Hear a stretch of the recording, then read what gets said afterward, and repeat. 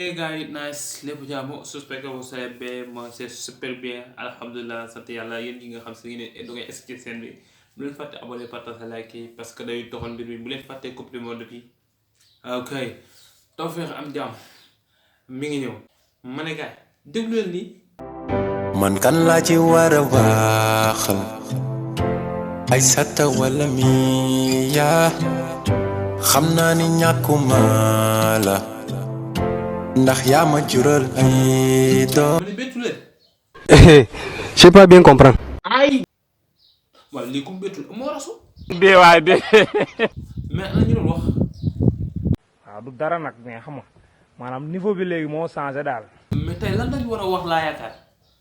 laa ilaaha illallaah. ñoom ñëpp ñu nekk fii di ngarañ ngarañ y a des choses yoo xamante ni xam nga il se tourne dans mon tête. boo ci wax waxal loo xam la illallah sant naa yàlla. mooy xale yu sincère yooyu. nit ki bala maa wax il faut que mu réfléchir yaa ngi dégg dëgg du romb noonu. lu ngeen wax waa koñ ba man moo ma jaaxal moo ma ne déggal lii man de namm naa xeetu waañ bi doon xeeñ ci kër gi may yendoo fecca ko way duma la ko nëbb suñu ànd bi bugguma woon mu jeex waaye jàmm ak pexem yàlla ak ndogalam yow de sama nawle kenn te teg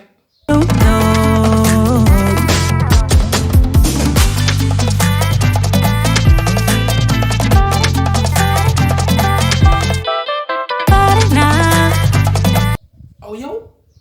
woo mi yaa wala ay sata sant ah ay waay te xam nga la moo ma gën a neex ci wayu No Face bi Maabo allahu akbar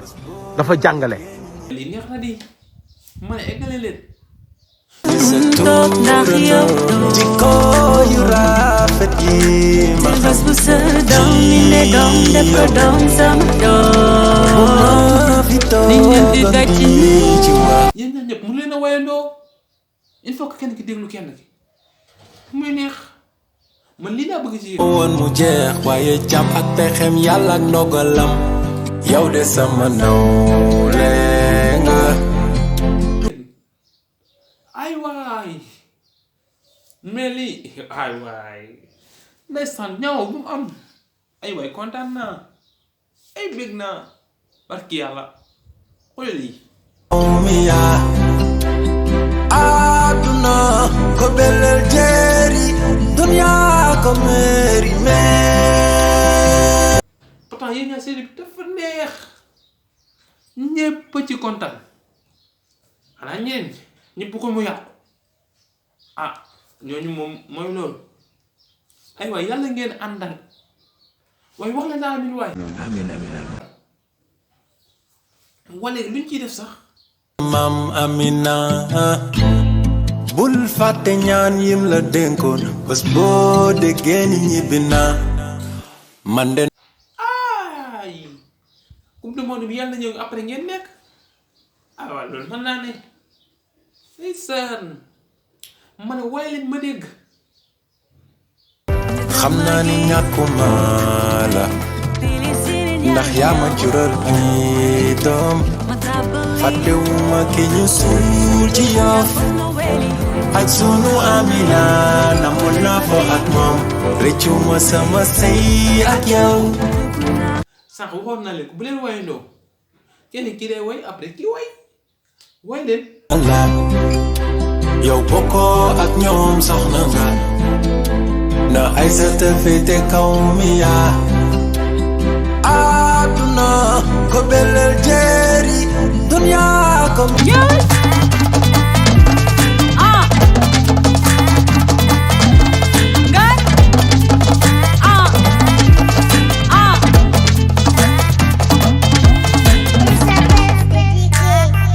Money Beirut volume Sabu mi nanani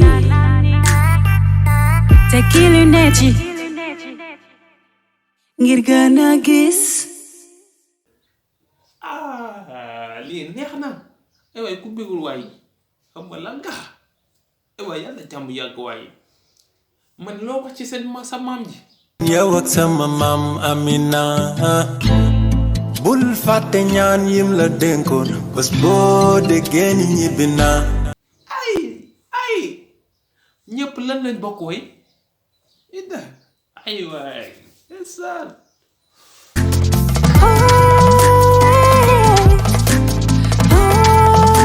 son yi ay waay lii neex na ndekete daal Mabo mi du ko ba baraajo man lii leer na ma tey nit nii lay bëgg ma ne nii lay mel nit nii lay mel nit day am xalaat nit day am dégg-dégg bàyyante na rek dafa war a métti déedéet nee na ko man maay sax amal ni sa mag la ay waay yow sama raak nga kon dénk naa la yow bokkoo ak ñoom soxna ba pare na ko yow nan laa waroo na ay sa tefete kaw mi yaa àdduna man bég naa ay gars yi bu ñu fàtte abonné waay partage like ñoom ñëpp ku bëgg couple bi gën a nekkal rek abonné partage like parce que day dox tekki lunette yi